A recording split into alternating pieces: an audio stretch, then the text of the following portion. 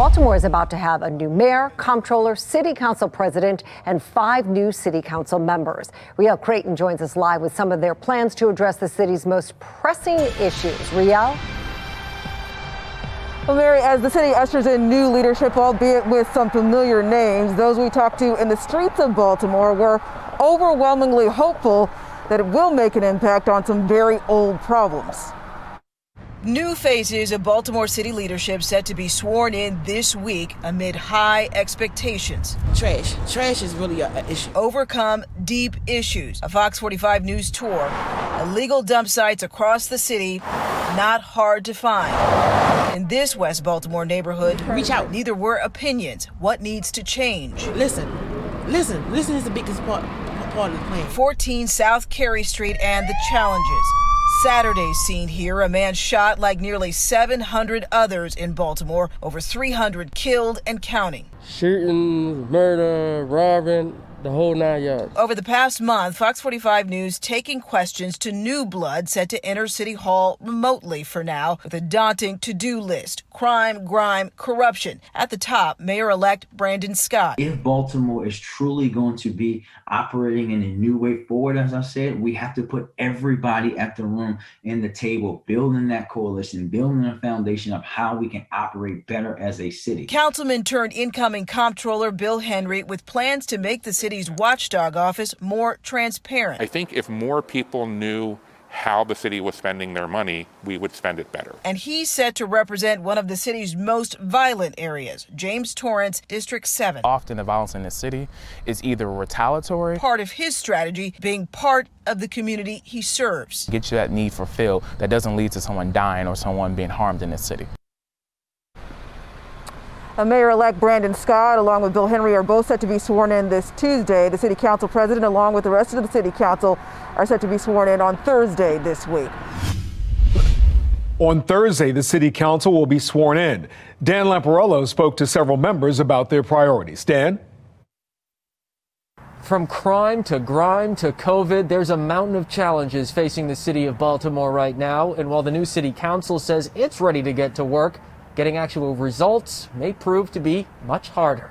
Baltimore 2020, a city in crisis as crime plagues our neighborhoods and trash piles up on our streets. But this year will close out with new leadership who believe they can bring Baltimore to a better place in 2021. We all know the crime issue is a top issue.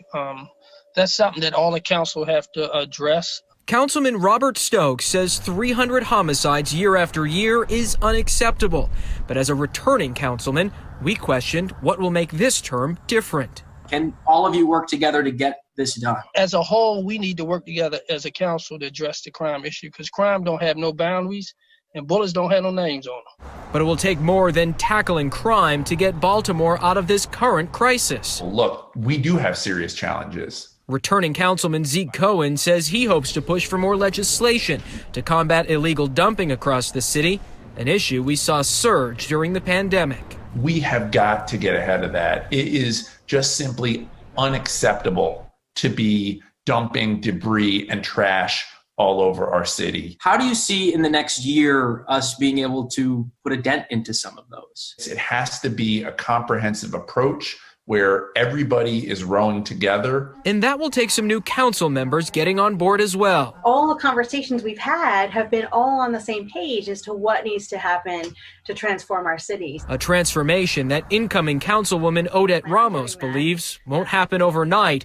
and will take some hard work and new ideas to move forward. I think we can hold each other accountable, which we've agreed to do, and continue the really hard, it's really going to be hard work. The new city council will be sworn in without any fanfare this upcoming Thursday, a new era for Baltimore that will be judged on how well they can lead us into the future. The governor says if approved, the Pfizer vaccine, we could see those first initial doses in Maryland arrive as early as next week. The governor says the first round of distribution could be up to 155,000 doses. That's a combination of the Pfizer vaccine as well as the Moderna. But Governor Hogan says by the end of this month, we could see up to 300,000 doses of those vaccines in the state. Now, here's a look at how the state plans to get people vaccinated by groups. We're starting off with 1A. Those are the healthcare workers the residents and staff of long-term care facilities and first responders. Then the state moves to 1B, people at a higher risk of getting COVID-19. Phase 2, essential workers and people at a slightly elevated risk of getting COVID-19. And then we move to phase 3. This is the general population in the state of Maryland. And that's the phase where the state says the public could see vaccinations clinic run locally, or appointments made at your doctor's office, or even vaccines done at a pharmacy. And the state says the process to get that up and running is moving quickly. As we receive more vaccines, we will be opening up in the coming weeks the registration portal for providers in Immunet to be able to register to be able to order and receive COVID-19 vaccine. And so those providers will include pharmacists, primary care providers, FQHCs, urgent cares, and others.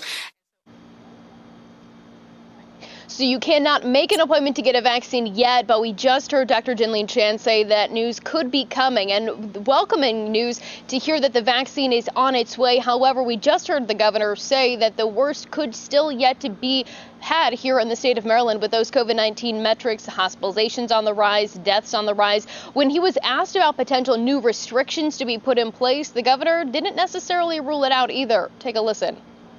So far, we've taken all the actions that we believe should be taken at this point, but there obviously may have to be additional actions as we progress and when we get to that point where we've maxed out our hospital capacity. But we're trying to balance saving lives and keeping people safe with also looking at the thousands of businesses that are closing and the hundreds of thousands of people that are unemployed. And so we're trying to balance the both health and economic crisis. Now, the state says there's about 800,000 people in that 1A group to get that vaccine. Governor Hogan says he wants to see the state get to about 70% vaccination rate, although he's not taking it to say that people will be required to get a vaccine. But to get to that rate, the governor says people need to feel comfortable to get this COVID-19 vaccine, and to make sure people see him get this vaccine. He said we'll see him as well as the lieutenant governor when it's their turn get that vaccine in public.